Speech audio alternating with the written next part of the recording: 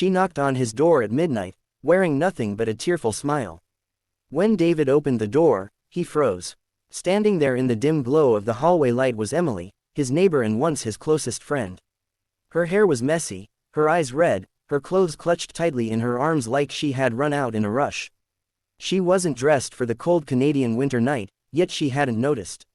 All she wore was her pain, hidden beneath that fragile smile that begged not to fall apart. "Emily." David's voice broke with confusion and concern. "What happened?" She shook her head, her lips trembling, and whispered, I didn't know where else to go." David didn't press her. He just stepped aside and let her in, shutting the door gently behind her. The silence that followed was heavy, filled only with the sound of her quiet sobs. She sat on his couch, curling into herself like a frightened child, while David handed her a blanket. For months, he had watched Emily drift away. Once full of laughter and light, she had become a shadow of herself. He knew her marriage had been crumbling, though she rarely spoke of it.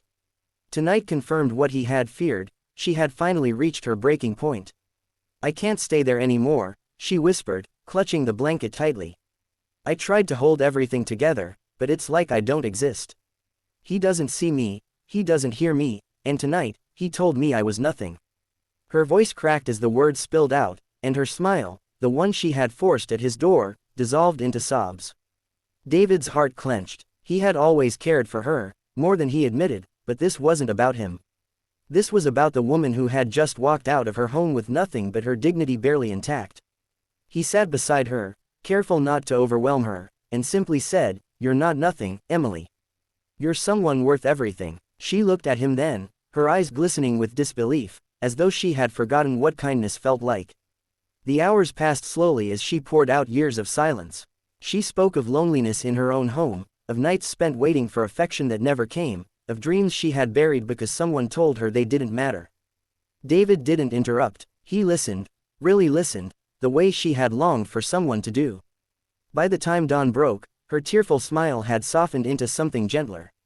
She wasn't healed, not yet, but she was no longer carrying her pain alone. David brewed her coffee, and as he set the cup in her hands, he said something that would stay with her forever. "You deserve more than surviving, Emily. You deserve to live, to laugh, to love yourself again. And until you find that strength, I'll remind you every day." She looked out the window at the snow falling quietly over the street, and for the first time in years, she felt a spark of hope. She had knocked on his door at midnight, believing she was lost. Instead, she had found the first step toward freedom, kindness, and a new beginning. For the viewers who hear this story, remember this: sometimes the smallest act of opening a door, listening without judgment, or speaking words of kindness can save someone who thought they had nowhere left to go. Emily's midnight knock wasn't just a cry for help, it was proof that even in our darkest hours, there is always someone willing to remind us of our worth. Would you like me to make this story a little longer and deeper with more emotional flashbacks from Emily's marriage, so it feels fuller for a 4-minute video narration?